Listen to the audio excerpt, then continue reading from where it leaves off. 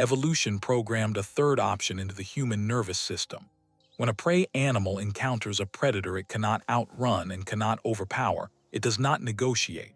It drops. The heart rate plummets.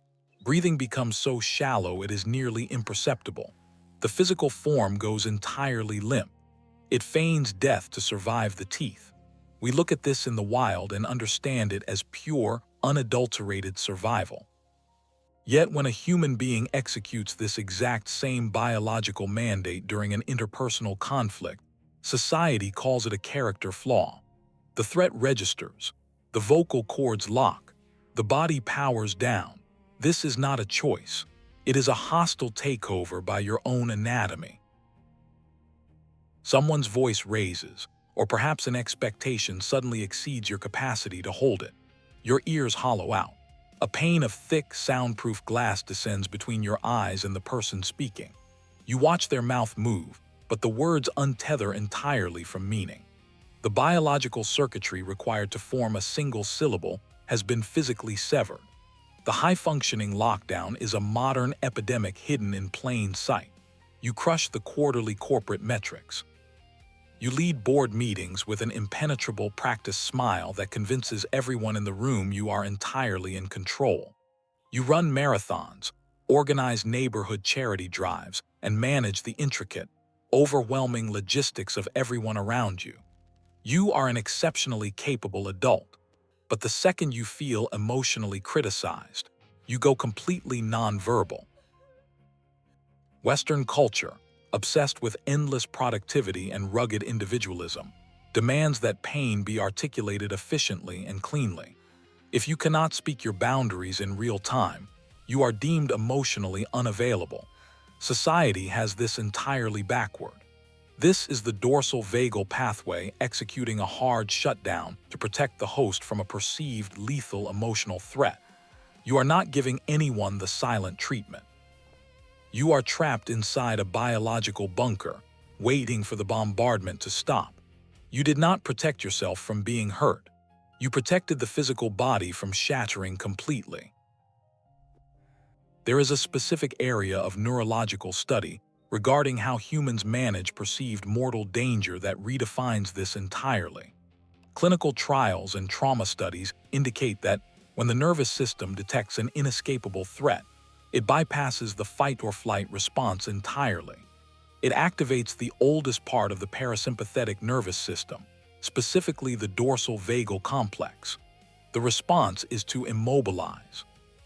It shuts down digestion, slows the breath, lowers the heart rate, and literally paralyzes the laryngeal muscles to conserve the energy required to stay alive. The body acts as if it is preparing for the end. The exhaustion you feel after an emotional shutdown is the direct result of your body surviving what it genuinely believed was a lethal event, which leaves a very specific, silent friction wearing down your daily life. We will get to that exact physical toll in a moment. But first, look at the aftermath. The biology explains why your vocal cords lock in the moment. You cannot argue with a physiological mandate, but the biology does not explain why, hours later, when the threat is entirely gone, you still refuse to go back and explain what happened. The shutdown is a reflex. The refusal to repair the silence afterward is something else entirely. That happens because somewhere along the way, you decided that being misunderstood was fundamentally safer than being known.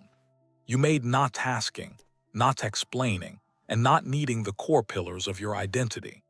It is about protecting a story that says you do not need anyone to understand you. The high-stakes meeting ends. You nod, gather your folders, and walk out. You step into the elevator alone. The doors slide shut. The sudden, absolute quiet presses against your eardrums. There is a hollow, ringing numbness radiating through your arms. Not a sharp pain, just a vast vacancy.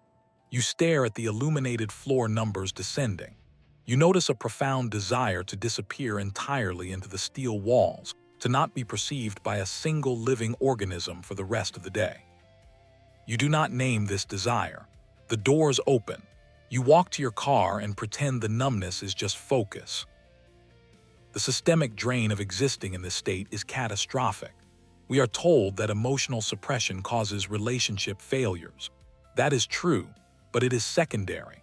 The primary consequence is the silent friction wearing down your own physical organs. Long-term emotional lockdown leads to statistically higher rates of cardiovascular distress, chronic fatigue, and autoimmune flare-ups. The human body was not designed to hold a permanent brace against the world. When you force the engine to run while the brakes are fully engaged, the machinery inevitably degrades. You feel this degrading machinery at your desk on a Tuesday afternoon. Your jaw is tight. The calendar is full. Someone asks you for one more deliverable. You type a cheerful affirmation. Your hands feel like wet sand, which is, objectively, an immense amount of physical energy to spend on a brief email exchange that means absolutely nothing. But you know exactly how this goes. That brings us back to the hidden cost. When a survival state runs for decades, it stops being an emergency response and becomes the default shape of your daily life. The environment that demanded silence for safety is gone. That was the intelligent response to a volatile reality in the past. But the reality changed. The people sitting across from you now are not the people who taught you to hide. The reflex is still running, not because the predator is still in the room, but because you have never asked the reflex to stand down. You have perfected the version of yourself that requires nothing from anyone, and that version is highly successful. It is also completely alone. You sit in your car for 45 minutes in absolute silence before walking into your own house. You stare at the dashboard, unable to summon the kinetic energy required to turn the door handle. And the hardest part to reconcile about all of this is, you did not choose this reflex, but you are the only one in a position to notice it happening. That knowing is where movement starts. Understanding the biology is the only way out of the bunker. You cannot outthink a survival state. The nervous system does not understand logic. It does not care about your advanced degree or your communication workshops. It only understands safety. You cannot rationalize your way into speaking when your vocal cords are biologically locked. If anything here was specific enough to matter, you will know what to do with it. Reclaiming your voice begins with the physical body. It requires bypassing the brain and speaking directly to the nervous system. When the glass wall descends and the room goes hollow, do not try to force the words. Forcing the words signals to the body that the threat is escalating. It tightens the lock. Instead, look at the floor. Anchor your feet. Notice the physical sensation of gravity pulling your weight into the ground. Breathe deliberately into the lower stomach. Wiggle your toes inside your shoes. Signal to the brain that the war is over. It is entirely physical.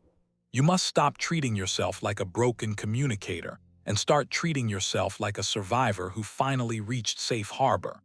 Tell the animal the war is over.